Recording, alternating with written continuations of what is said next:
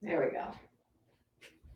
So your friend and mine, Kelly Gunter. So Dr. Connie, um, Kelly was planning on participating. She'll be back in a future Super Saturday Recovery Summit, but had the inability to talk, and so Dr. Connie was kind enough to step in, and so Kelly wrote a chat and said, "Yay, I'm watching and supporting. Can you please ask her how she got so smart?" So there you go. Well, a lot of life experience, my friend, as you know. A lot Yes, of the school of hard knocks, for darn yes, sure. yep. That's if we learn the lessons, it's the best teacher.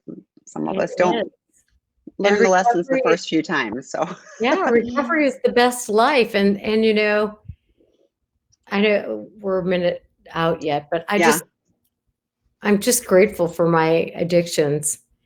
me too. I was grateful. I picked up a chip this last week, Yay. and I was sharing everything value in my world is a result of recovery. And during COVID, the things that I have leaned into are the same things I learned in early recovery. If I didn't have those tools, it would be real ugly at my house, so Yeah, so it's one of those things where these are life lessons, and it isn't like, oh, you get them and stick them in your back pocket and mosey on. that's Or right. I think those are the people that relapse, but it's one of those Right things back. where, okay, we're leaning into it, makes sense.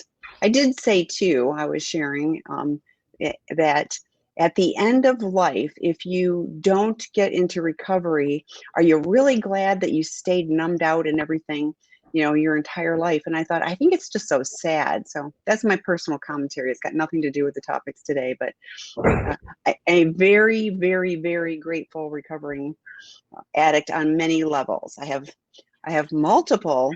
I'm a multi-winner, as most of us are. So, and I think that's one. So we're going to get started. So I'm going to introduce this whole thing a little bit. So Dr. Rob Weiss, who does the Sex, Love, and Addiction slot on Friday nights and has been doing so for about 4 years, had an idea that, he and I know lots of amazing professionals who typically speak to other professionals, and we thought, how great would it be if those of us in the recovering community would have the opportunity to listen to this. So the team in the rooms, Kenny and Ronnie, both we're all in, and so we've created this Super Saturday Recovery Summit and have been doing them since April, so with 3 presentations at a time. So they are recorded. So if you missed any of them, you can check out the recordings that are linked on the homepage of In the Rooms. So Dr. Rob Weiss created the Seeking Integrity Treatment Program for men with sex addiction, intimacy disorders, or co-occurring sex addiction chemical dependency. I'm grateful to work with him. I get asked lots of questions and provide resources, and we have a ton of free resources that complement what In the Rooms is doing on sex and relationshiphealing.com, but it's specifically in the sex addiction, co-occurring sex addiction, chemical dependency, betrayal arena. So, we don't deal with eating disorders. We don't deal with, gambling issues, etc. It really is very focused on that, but there's lots of healing information on there. And one more thing, Dr. David Fawcett has, I think, the only chemsex group that's co-occurring. I don't think there's another one, and In the Rooms was gracious to host that every Tuesday night. So for people that have co-occurring chemical and sex addiction, that is a place where you can talk about the reality, not just, oh, keep on this topic or that topic. You can be your whole person in recovery. So I love that. So we're grateful to In the Rooms. Seeking Integrity has partnered with them. We like this partnership. It's working well, and I'm blessed to be able to be here and support the process and participate as well. So I'm going to introduce Dr. Connie Stapleton. For those of you that have just recently joined, please don't ask to request to share. I'm going to X you out, but you can find her PowerPoints, the ones that say Dr. Connie Stapleton. There's a link to those. You can follow along on that, if you click on that. So Dr. Connie, tell us, let's get started. Awesome. Tammy, I could talk for 40 minutes or 40 days about the joys of my recovery life. Absolutely. And so I just want to start by saying I am in recovery. And I used to, when I first got into recovery, I'd go to meetings and I'd hear people say they were grateful recovering alcoholic or grateful recovering addict. And I'm like, what is the deal? What's the deal with these people? What are they so grateful for? Well, I am now and have been for a very long time a grateful recovering addict. I'm recovering from alcohol, prescription medication, food addiction, all kinds of things. So, 30 wonderful years, one day at a time. So, first, I want to thank the recovering community because without the people in the recovering community, who gave to me, I wouldn't be here to give back to others. So I'm super grateful to the recovering community and am just passionate about the 12 steps. But I'm also grateful to Tammy, and we haven't seen each other in some years, but I just want to tell you this woman is the most efficient, pleasant, calm woman I have ever seen run a big show. Amazing. So Tammy, I thank you. And to Kenny and Ronnie at In the Rooms, what an amazing platform this is for people to be able to come, especially now during COVID, and to Dr. Weiss for all the amazing work he does, and also to my buddy Kelly, for whom I am sitting in today as she recovers. So thanks, Kelly, for this opportunity. So I got into the food addiction arena by God's, it was a spiritual thing. I started, my first addiction actually was food. It was actually anorexia, and I was like 19. And the criteria for me in anorexia absolutely fits the criteria for food addiction. So that was kind of how I started, but I was getting way too sick and way too thin, like under 90 pounds when I was 19. So the way I got over the food addiction thing was with alcohol. And then I drank all the way through college and have no idea, but for the grace of God again, how I finished college, but I did. And then I went and got married and had 3 babies, and I was in a sales position, and I was going to sales meetings all over the country and doing what single people do, not what responsible married people do. And it was causing, as you can imagine, a problem in my marriage. So I had tiptoed in and out of individual therapy over the years. But every time they wanted to talk about the family that I was raised in, I said, no way, I'm not doing that. I was afraid, and I didn't have any clue about my feelings. So anyway, I go on and on and on. And finally, when my marriage is falling apart, I'm like, all right, I guess I have to do this counseling. And again, the therapist said, what's the deal with the family you grew up in? And I'm like, what is the deal with you therapy people? Always wanted to talk about my family I grew up in. They don't have anything to do with how I'm ruining my life. I was wrong. Anyway, this guy was smart, also in recovery, which I didn't know at the time. And I kept saying, this therapy is not going fast enough for me. I need some answers. Well, he was wise, and he said, I know a place you can go.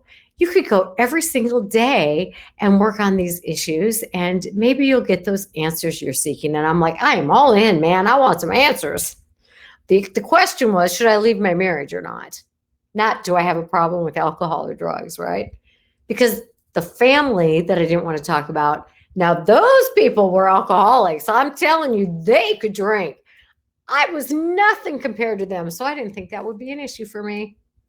Lo and behold, I go to an outpatient treatment program, which was where I could get these answers more quickly.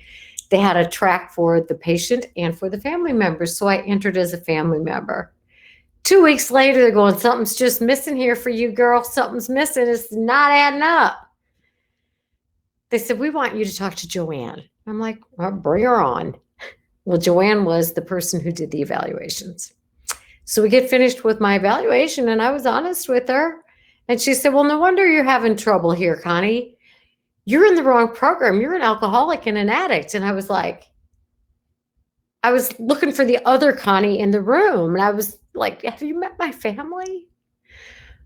But 5 minutes later, I had the most wonderful knowing that that was what the problem was.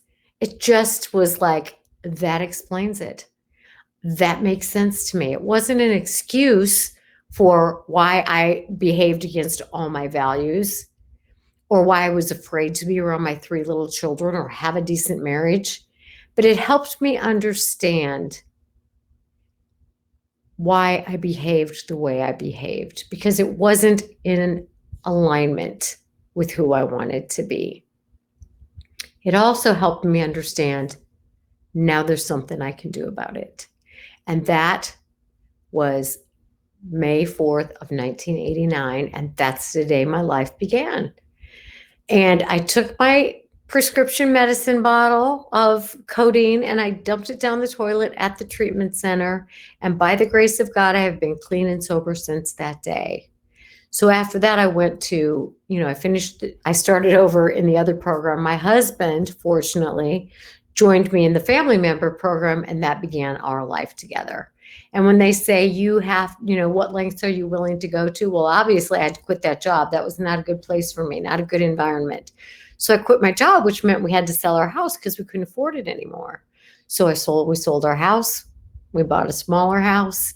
I began, after the 6 weeks of treatment, I began individual therapy. He began individual therapy. We did individual group therapy. We did couples therapy. We did, group couples therapy. I mean, for 3 years, we got our little son, who was 6 at the time, into a kids program.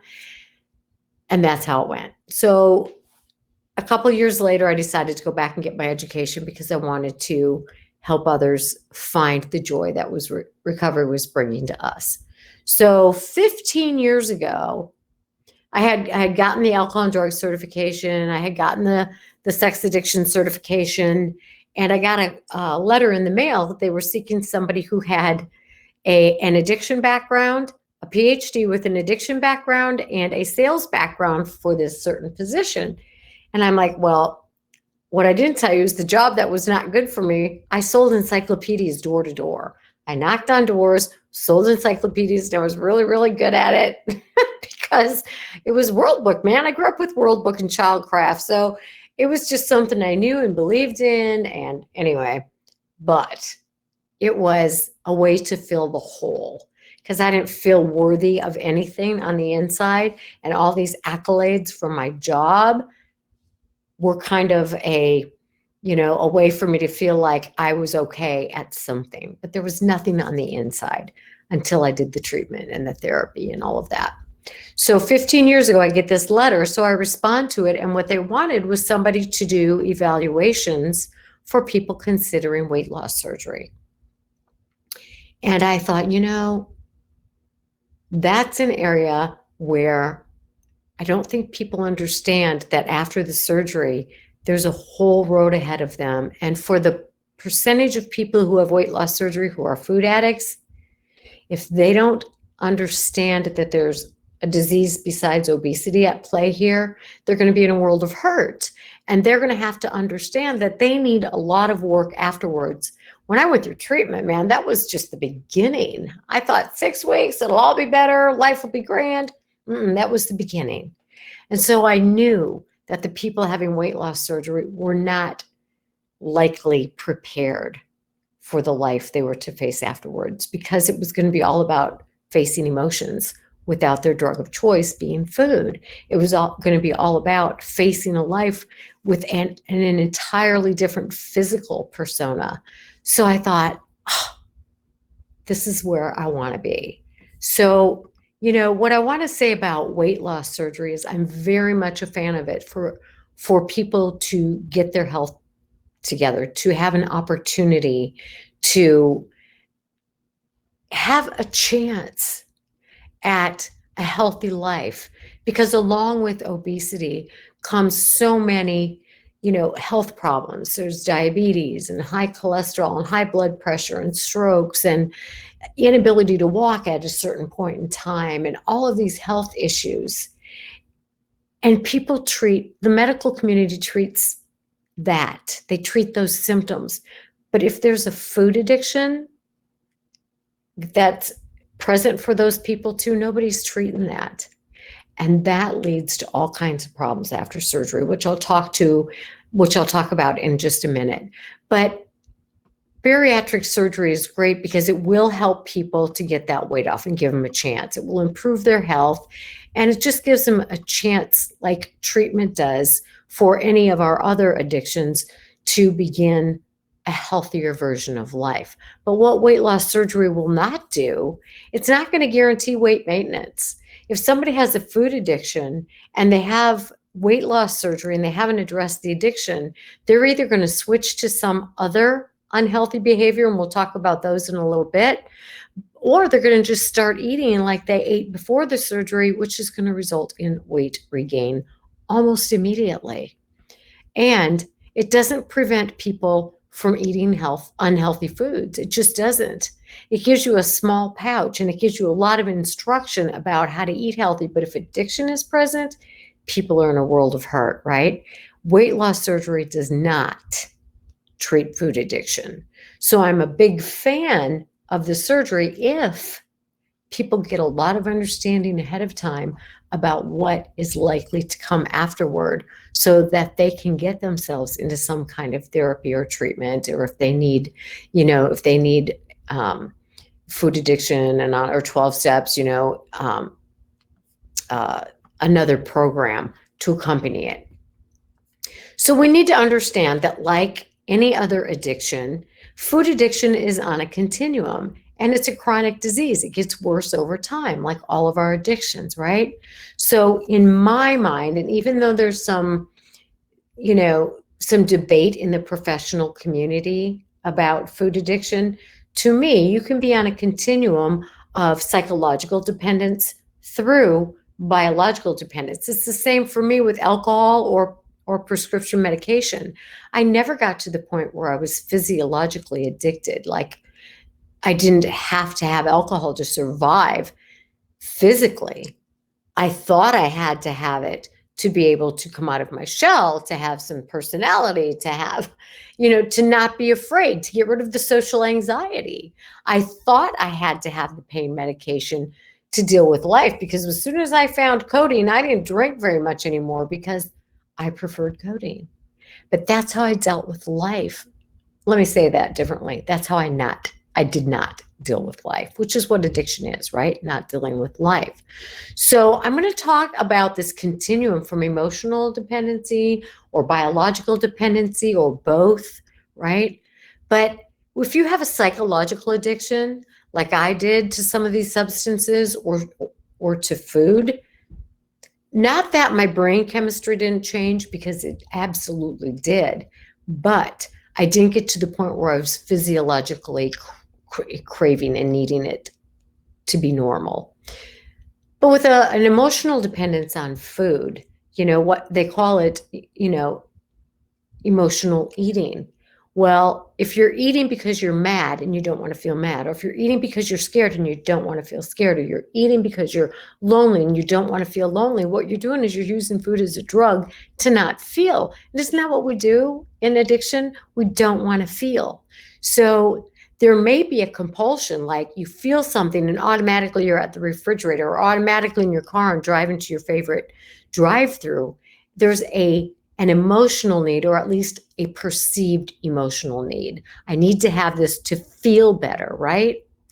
As a physiological dependence on food, there are some people, when they eat sugar or processed food or white flour, their brain is immediately hijacked, right? They have this reaction and they are taken hostage by food, and they just want more and more and more of it. And they don't think clearly, they have brain fog. And then for those people who have this very fast biological addiction to food, in it just takes over, they are going to require abstinence.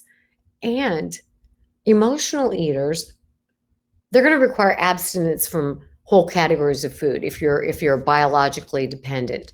When I went through treatment, which has been 31 years ago, they said, be careful, Connie, of white flour and sugar. Be careful of white flour and sugar. Now, those things don't numb me. That's never been a thing for me.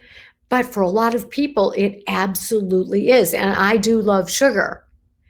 but it doesn't take me down a trail where I just become like, I have to have it and I have to have it and get out of my way. I want what I want it and the hell with everybody else, right? The motto of an addict. Now with pain medication, it was like that. It was like, get out of my way. I'm going to do what I have to do to make sure I have it and the hell with everybody else. So there are people for whom food has that exact same kind of effect, right? So let me start on the continuum with psychological or emotional eating, right? So emotional eaters, they eat in responses to emotions because they don't want to feel, right?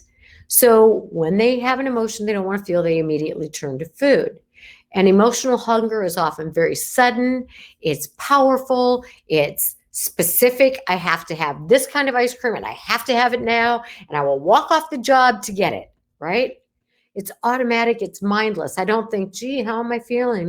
I'm feeling angry. I want some Snickers. No, it's just like anger, boom, Snickers, right? There's not a lot of pause in between there. And then people feel guilty and they're like, why did I do that? But this is in the mind. This stuff is in the mind. It's an emotional dependency. It's not related to hunger. It's not related to fullness. It's in relation to stress or unwanted emotions. It's an unhealthy coping mechanism, right? And what I know and what you know in your recovery is that people don't need another diet. They don't need another food plan. They need coping skills. Coping skills is what I lacked. I had zero. I didn't know what a feeling was. It could have bit me in the rear end and I wouldn't have been able to identify it. So the first part is becoming familiar with our feelings, right? And when people are cut off from food, whether it's an emotional or a psychological or a physiological addiction, they experience intense emotions and don't know what to do with them unless they're exposed to some kind of 12-step program or somebody who understands that what you need is coping skills, not a meal plan. You need to learn how to deal with these feelings that are leading you to trying to drink them down, squash them down, eat them down, sugar them down. So we deal with emotional eating very similarly to how we're going to deal with any kind of addiction, right? One of the things that I talk to people about when it comes to food, and you can use this in any realm, but I have this specific to food, but I call these the gotta do-ems because anybody who's chronically dieted or been to any weight loss programs over time, you know there are some behavioral things that you need to do. You need to, of course, you need to choose healthy foods. You cannot lose weight if you continue to eat high calorie, highly processed, highly sugar, fat foods on a regular basis. They have to be in moderation or not at all, depending on the person. But there are some things you have to kind of include exercise if you're going to maintain a healthy weight. You need to drink water. You need to get enough sleep. Anyway, I have this list of 10 things called the gotta do-ems.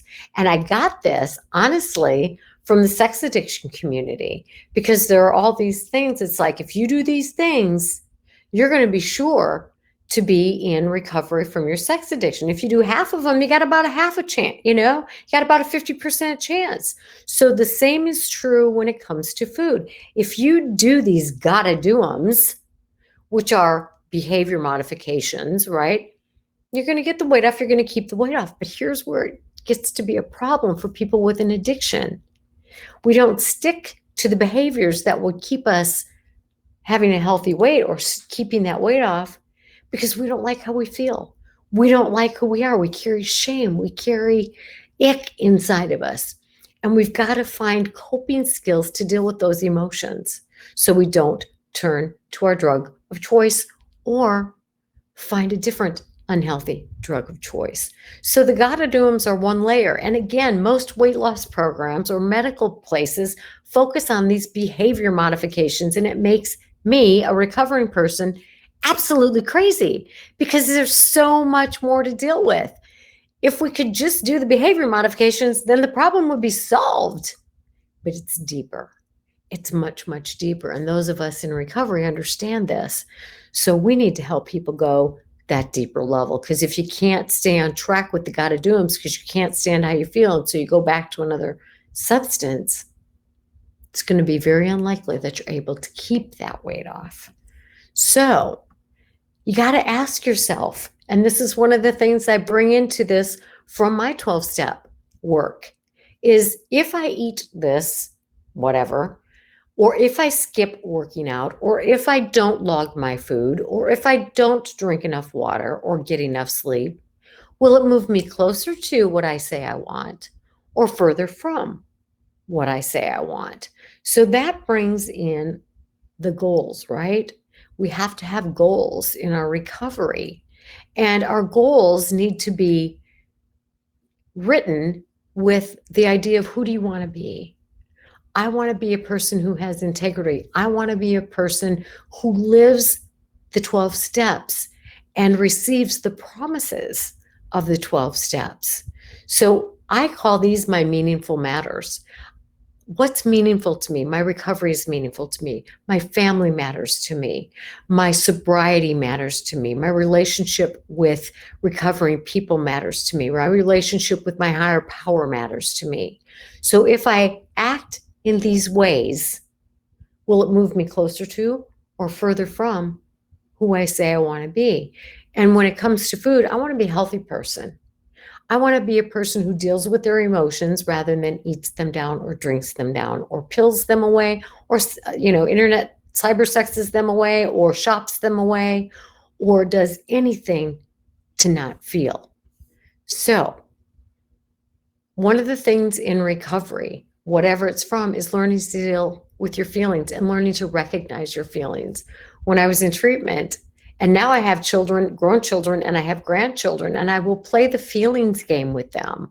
What that means is, at the end of the day, I will ask my little grandchildren, who can do this very well. And they are 3, 4, 7, 8. The oldest is 8. There are 7 of them. The youngest is 3. And if I say to them, let's play the feelings game, they know. Today I felt sad when. Today I felt angry when. Today I felt scared when. And we'll go through these feelings, because they're learning it's okay to have their feelings. They're learning that they can talk about their feelings. They learn that mommy and daddy and Gigi and we all have feelings, and it's okay to share those feelings instead of keep them bottled up. So we have to do that. Now, people can be an emotional eater, they can be a food addict, whatever. But when it comes to weight loss surgery, food addiction holds the trump card. What I mean by that is, you can have surgery after surgery after surgery. I know people that have had 3 forms of weight loss surgery, which, by the way, makes me insane, unless it's for an absolute medical reason, because no number of weight loss surgeries is going to keep you away from food if you have a food addiction and you don't know it, if you don't recognize it. So when I say food addiction holds the trump card when it comes to weight loss surgery, I mean, if you've got to address your addiction. Now, there are a lot of people who are, lay people or professionals who don't really think food addiction is a real thing. Well, I'm going to tell you very briefly, and I'm going to yawn while I do it, what the research says, because research bores me. It's essential. It's critical. I know we need it. I know, but people don't really want to hear too much about research findings unless they're researchers, right? Then they want to hear them all. But what I am going to tell you is that the jury is out, right? There's no food addiction in the book that says you have a food addiction. But I don't think it's too far away. I think it's coming. Just like, alcoholism was recognized in the 1950s. Obesity wasn't recognized as a disease until the 1990s. So addiction was recognized as a disease long before obesity was recognized as a disease. Food addiction has not yet been categorized, but it's on the horizon, I can tell you. But there's a lot of things that food does to people that is very similar to other drugs of abuse. And in terms of the brain, there's a lot of research that says classic drugs of abuse, hijack the brain. And a lot of research says certain foods will do the same thing. The similarities between food addiction and other forms of substance addiction are there's compulsive use, right? I'm going to drive around until I find that hot sign on at the donut shop. There's compulsion. Gotta have it now. There's compulsive behavior in spite of negative consequences. A lot of gained weight, inability to walk. Doctors saying you need to lose weight or you're likely to have a heart attack, right? And yet there's continued use of these things. Another similarity is craving. There are cravings. People crave sugar. People crave foods with sugar. They crave potato chips, that combination of oil and salt and processed carbs. There's denial. I can quit anytime I want. I have done well over 5,000 evaluations for people having weight loss surgery, and so many of them tell me they can quit carbs anytime they want. Do you know how many times I heard that when I was working with alcoholics? We hear it all the time, and they think they can quit because they've quit for 6 weeks before, but they go back in spite of experiencing the consequences. You know what I'm talking about, right? There's a preoccupation with any kind of addiction, and there's a preoccupation as well when food is the drug of choice. And excessive guilt, right? A lot of guilt. Why did I do that? Why did I do that? I know the consequences and I did it again. Going against our own values, right? We go against our own behavior. Another similarity, and this is all well researched, is relapse. There's a lot of relapse with food, right? There's a lot of relapse with sex addiction. There's a lot of, these are physiological, biological needs. And I want to tell you, I have worked with addiction across the board. And the two that I feel so sad about because they're so difficult are food and sex. Absolutely. So you tell me, is food addiction a real thing? I believe it is. I'm going to talk about the criteria, and I'm going to give you a little quiz. This is not scientific. Don't go away saying Dr. Stapleton says I'm a food addict.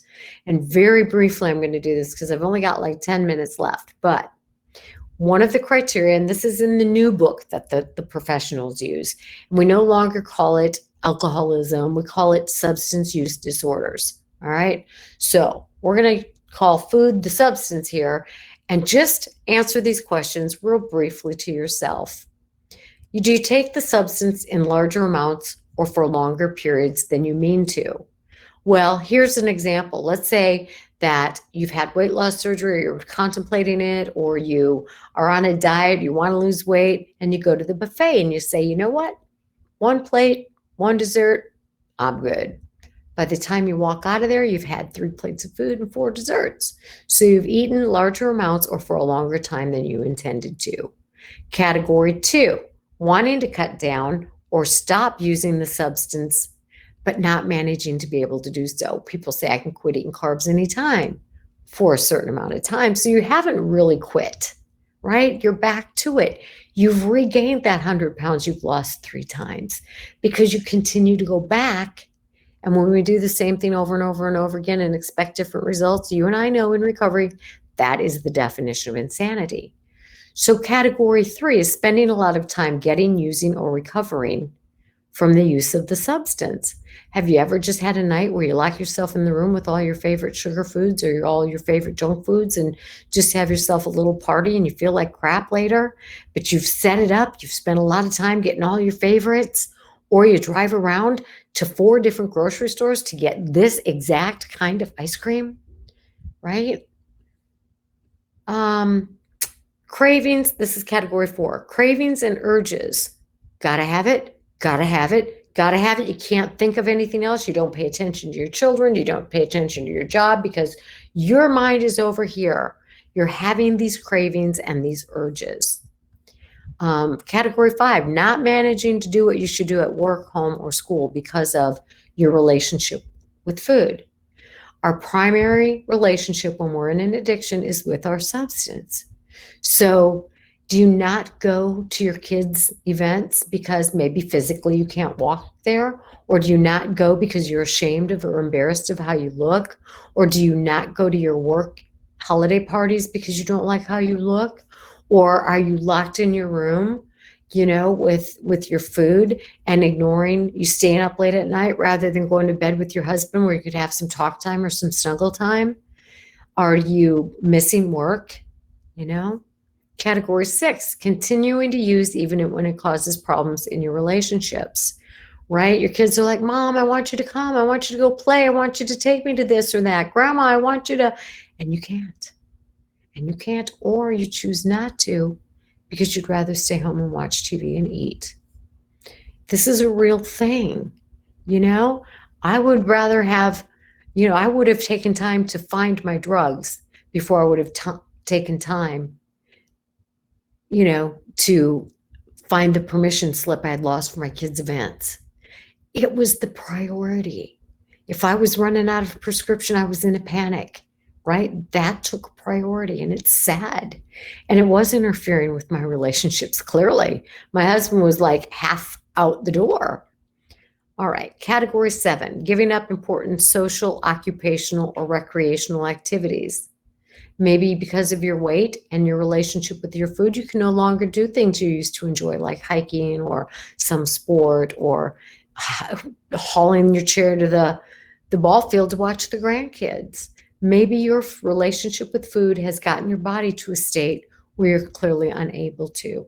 Category 8, and there are 11 of these, so category 8 is using the substance again and again, even when it puts you in danger.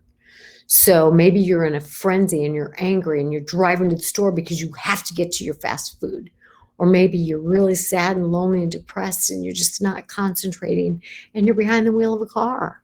Or maybe you're not focusing on what your child or your spouse is telling you because you're in this place where you're thinking, I got to get to whatever it is.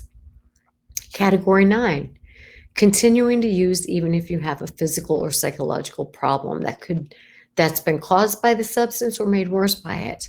People who suffer from obesity and who suffer from food addiction definitely fall into this category because they have doctors telling them they have to quit or their health is in danger. They have friends sharing that they're afraid because they want to spend time with them and they want to be alive.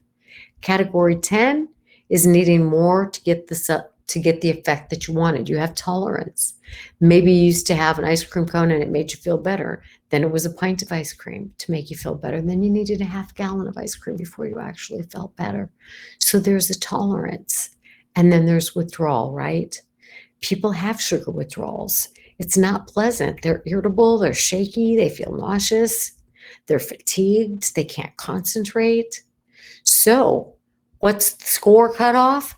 2 or 3 categories out of these 11 is referred to as a mild substance use disorder. 3 or 4, a moderate substance use disorder, or 6 or more is a severe substance use disorder. Now you can look at the slides and read through those again, kind of add it up for yourself. But the thing is, if you feel like these criteria fit for you and you do have an addiction to food, you can do something about it, right? And if you don't like the word, if you don't like to say I'm a food addict, say it's a problem. If it's a problem, it's a problem, right?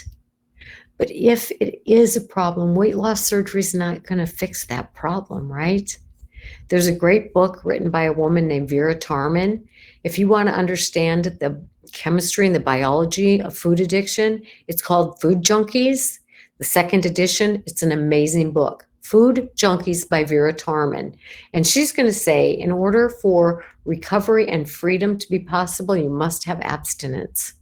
You got to get rid of that food fog. You got to get rid of the sugar fog. You got to get rid of the withdrawal. And then you can work on the things that you need to work on that are underneath of it, the cravings, you can learn the skills, you can learn the tools.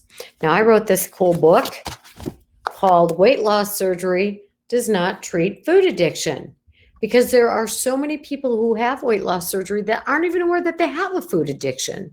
So this book is less about the biology, but more about what do you need to do if you're having weight loss surgery and then discover you have a food addiction, or before going into surgery that you have a food addiction. Because I will tell you, and you know it, surgery isn't going to treat an addiction. All right. And you want to avoid whack-a-mole addiction, right? Here's what happens with a lot of our patients, especially when I say patient, I mean weight loss surgery patient, especially if they come up from a family background where there's a lot of addiction, right? Where maybe, their parent was an alcoholic and their sister was a gambling addict and their brother was a sex addict, and there's addiction all over, but they don't think they're an addict until they realize that food can be an addiction. But if they don't figure that out before surgery, then they're going to pick up something else. There's a large-ish percentage of people who become alcoholic after weight loss surgery because alcohol hits them 3 times as fast. 1 drink equals 3 to somebody who's had weight loss surgery. So an intoxication takes place within 5 minutes. 1 drink, legal intoxication, 5 minutes. Man, if that doesn't take care of feelings if you don't want them, I don't know what will. So we have a large percentage, I call it large, of people who turn to alcohol or shopping or gambling or hooking up with strangers. They switch the need to get rid of the feelings to some other way of doing that, and it's tragic. Or they go right back to eating the foods that brought them that comfort, which is really causing them a disaster, and then they gain their weight back. So transfer addiction is huge after weight loss surgery. And you've got to remember what all those really guru addiction people out there that have come before us have said. Addictions are a way of being alive, right? They provide emotional relief. They numb us. They're our numbers. They create more pain. We're trying to escape pain, emotional pain, and we fall into alcoholism or drug addiction or sex addiction or food addiction. That creates more pain, and then the medical community wants to treat those symptoms, not the underlying problems.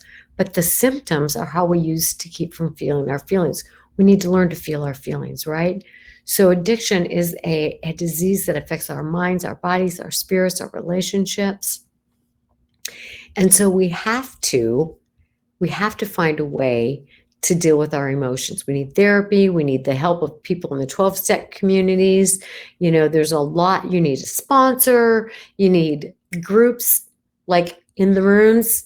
So our emotional issues need some attention, right? Confronting your pain will not paralyze you. It will allow new parts of you to be born.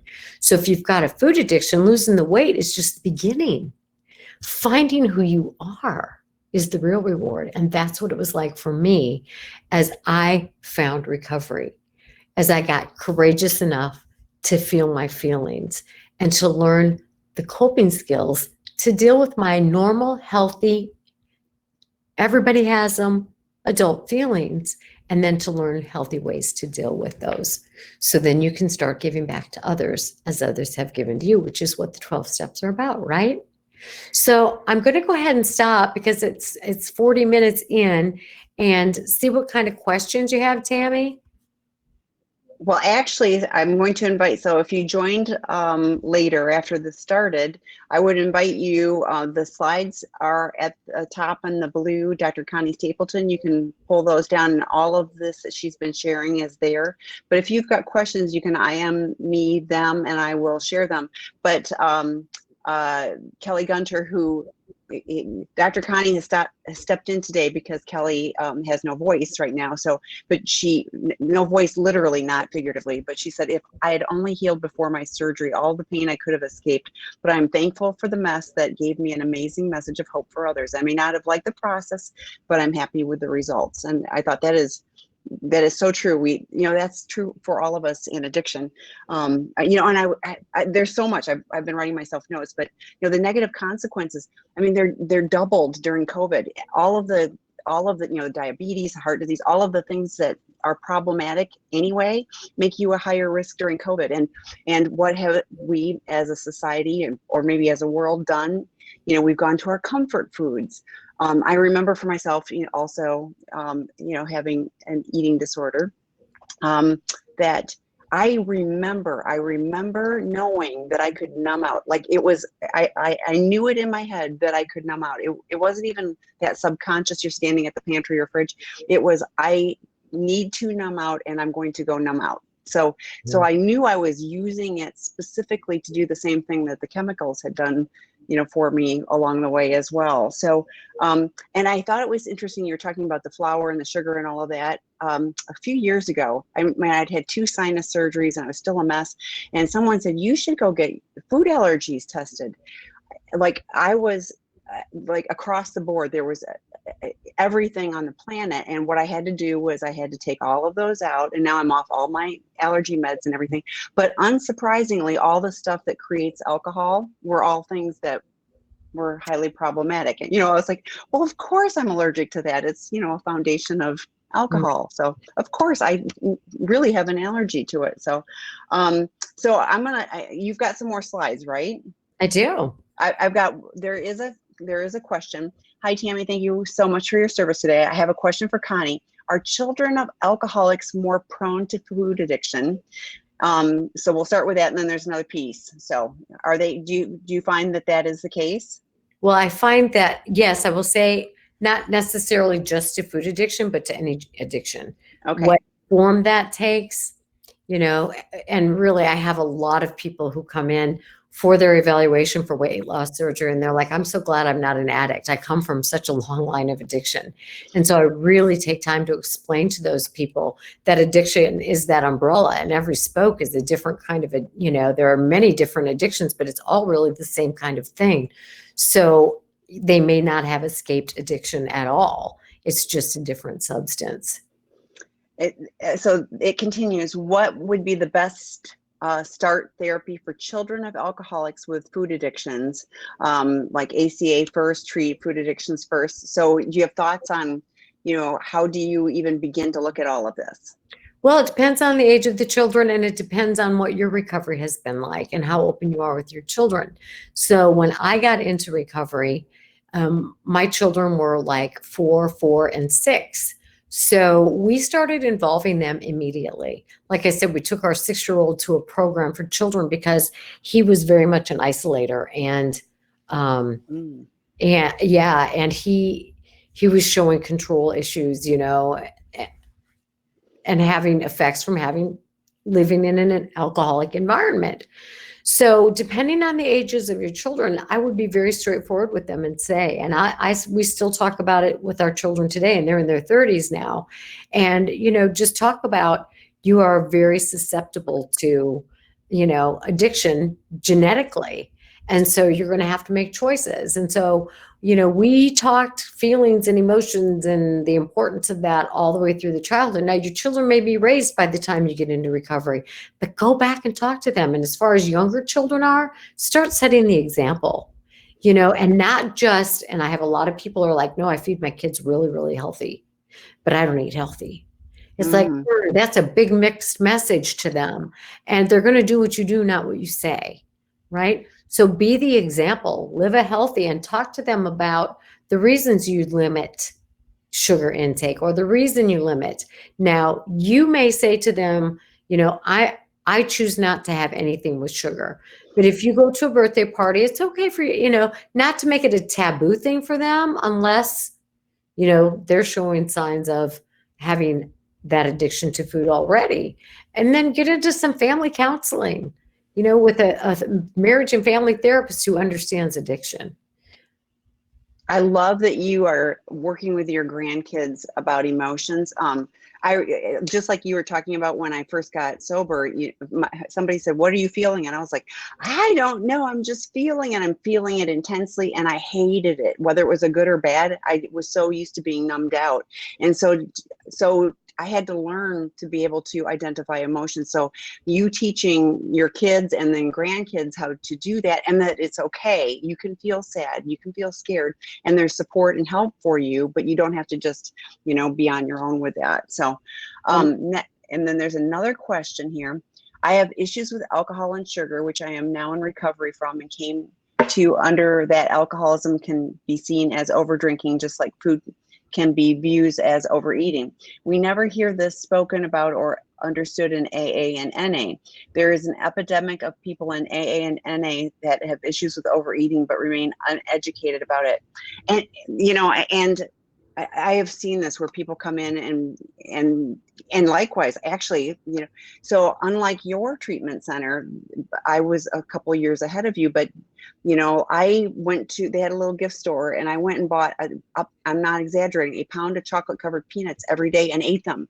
I gained 20 pounds in the time that I was in treatment. It was ridiculous. On top of, I had a high tolerance for alcohol, so I was already overweight. I was horribly miserable by the time I left treatment. So that lesson wasn't learned for me. I've seen a number of people. I had a really, this has been a life journey for me, but I have seen a number of people who have come into AA, and just like you were talking about with whack-a-mole, you stop the drinking, but now I'm eating a chocolate cake every night, so it, which numbs me out, or gaming, or I'm watching porn, whatever it is, it still numbs me out, and I'm still not addressing all of those are symptoms. I need to address the underlying, the hurt stuff, and that's painful, but there is support to do that. And that's really, and I know this, and believe this is when the freedom of, that's the gifts of recovery, is healing those wounds. Kelly and I talk a lot about, and I talk about it in my book too. It's like the trauma, the emotional trauma, or the abuse, the ACEs study about children who, have suffered trauma, abuse of any sort. So many of those children grow up to be addicts. And who wants to open that closet? But here's what I tell people: you've got to clean out that emotional closet. You've got to clean it out, which doesn't mean go live in the past, which doesn't mean become, a chronic victim of whatever your abuse was. It means working with somebody, your sponsor, a therapist, your minister, whoever it is, but clean out that emotional closet. This is what happened to me. This is what it was like. And this is how I am moving on from that. But so often we push against that door, that closet that's so full of our skeletons, and we'll do anything not to feel those things. But it's only when we release that stuff that we can let it, go down the river, and move along the current and enjoy the present, because so much energy is spent. I don't want to think. I don't want to feel. That was awful for me. But so freeing. Yes. Yeah, because my analogy is, the closet, and you're using all this energy keeping the closet door shut, and the freedom to just not have to do that. You're carrying all this baggage around. We talk, the guys that come to our Seeking Integrity Los Angeles treatment program, I can't say all. I suspect all of them have neglect, abandonment, abuse, grief, loss, trauma. There's something. Many of them can't even identify what that is. I could not. Enid Gray did a great book, Neglect the Silent Abuser. I started reading that, and it was like getting hit between the eyes. But that was not even something I was conscious of. So if you're listening and you're going like, well, I didn't really have any of that, there's probably something under there, and working with somebody, a professional, to start unpacking that can be just a real gift. So, I do this online class called Gain While You Lose, and it's gaining awareness. First of all, the first 4 or 5 weeks are all spent on recognizing undealt with losses, undealt with grief, undealt with abuse or neglect. So many people don't think they have experienced any of that. But when you go and you start talking about things like, I wasn't taken to the doctor when I needed stitches, or I never had my teeth cleaned, or nobody ever got me the help I needed in school, even though I had a learning disability. That's neglect, right? Or, you were compared constantly to your sister, or you were, there's a lot of abuse and neglect that people don't realize are abuse and neglect until you really have some talks about, who knew this could be, I had no idea, but that happened to me. That happened to me. Oh my God. Because we think of abuse as, the really awful ones that we think Child of. Protective Services coming, Right. yes. And I went to treatment. It's way more subtle. And I said to my therapist, I don't think I belong here. I don't, the people in this group, man, they were beaten. They were locked in closets. These people were hit. I'm like, none of that, none of that ever happened in my life. And she said, you know what, Connie, stick around.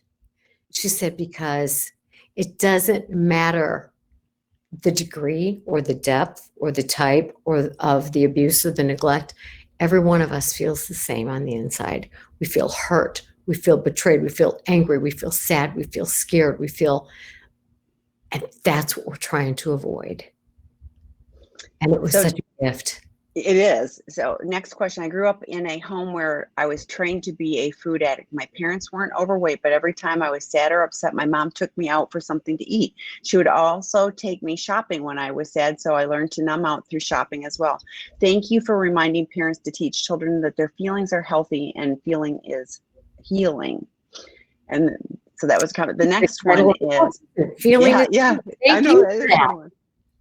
What advice would you give parents who are in recovery with regard to promoting a healthy relationship around food?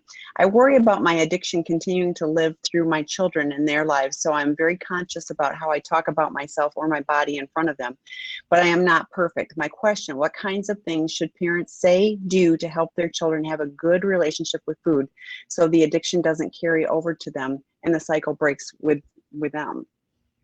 Again, depending on the age of the kids, it's like when you have the sex talk with kids, you talk to them age appropriately, right? But you remind them and be honest with them that this could be a problem for me or this is a problem for me. And so, I want you to learn about how to care for your body. And remember, when we're in recovery, it's all about learning to love ourselves and nurture ourselves and be compassionate with ourselves and not beat up on ourselves, because that's a huge part of the problem, right? So we're abused or neglected, and then we become the one by telling ourselves how ugly we are, or how fat we are, or how disgusting we are, or how whatever. And so one of the things I teach my daughters do not escape that. And I'll tell them, because we were talking this morning that we had dance class for the babies, and one of them was talking about something. Oh, she said, if I could just get this little pouch on my stomach to go away, from the babies and whatever. And I said, well, the answer, it's gratitude. The answer is gratitude and acceptance for all of our things. So start talking to your kids about, I would like it if I didn't carry so much weight in my stomach, but I'm so grateful that I'm able to do the things I can do. And I wish my thighs were smaller, but I'm so grateful that I can walk over to you and give you a hug. So really helping them understand that society and we are critical of ourselves, but to be aware that we are good enough. We are good enough and grateful that there are people out there who would love to have two legs they could walk on. So kind of spinning it all around loving ourselves, being grateful for what we're able to do, and not spending that time on wishing we were different. Yeah, because no matter what it is, then it's on to the next thing. I'm going like, thank you for saying I'm working on modeling good things to it. But I'm going like, well, the poochie for having a baby is, I'm grateful I had the poochie for having the baby because I had a baby, so. That's right. Okay, so question, I'm dealing with food, alcohol, and pill addiction. My incredibly supportive husband is a normie. I'm struggling with how to be okay with him doing his thing in total moderation while I try to abstain. Any tips? My husband's a normie. He has a glass of beer. He throws the last couple of inches away. I've been in recovery a few 24 hours. I still don't understand that. I just laugh and go, wow, that's mine. Mm-hmm. I gave up the right for that one. It's funny. Right. I try to find humor. What do you think, Connie? I think that, we always have the right to share our thoughts, feelings, and observations without expectation of change, right? That's what we learn in the 12 steps and in therapy. So for me, if there's a particular thing that they might be doing or eating in front of me or whatever, I might say, you know what, that I'm okay with you having da. But if you could not have that in the house, I would really appreciate it. So I'm asking for what I want. I'm asking for what I need. They may or may not. When I quit drinking, my husband quit drinking. He was a normie, but we wanted that for our family. That's what we wanted for our family. And today, right before I came here, I had 3 of my grandkids out. We pick up garbage in the neighborhood a lot. And it's hilly and woodsy. Well, they found a spot. I'm not kidding you. We picked up 3 garbage bags full of beer cans. Mm. And so, of course, they have questions about it. And my 8-year-old grandson said, look, he said, I found a Dr. Pepper bottle. So not everybody was drinking. And I said, you know what, Graham? I said, that's a good thing for you to know, because when you get older, a lot of your friends will probably drink and you may choose to drink, but you can also choose to say, I choose to have Dr. Pepper. You know, so just talking to them, but with your spouse, asking for what you want and what you need. You may not be bothered by certain kinds of things. It may be okay with you, but if there are certain things that really bug you, you can ask them. Of course, you can go to happy hour with your friends. You know, I would appreciate if you didn't bring a beer home with you, or, you know, just ask for what you want and what you need. See how that goes with the 2 of you, but talk it out. Talk it out. So we have 2 more questions, and we're running out of time, but we're going to run over just a little bit. So, Connie, do you have any recommendations on specific resources, books with dealing with food addiction, and in addition to Food Junkie? Any others? Yes, Food Junkies, and then Tenny McCarty has one called Shades of Hope, I believe, is a very good one. And, you know, I wrote this other book called Eat It Up, and it's a good book for anybody, for anything. It's about dealing with all areas of your life and finding balance. So that's a good one too.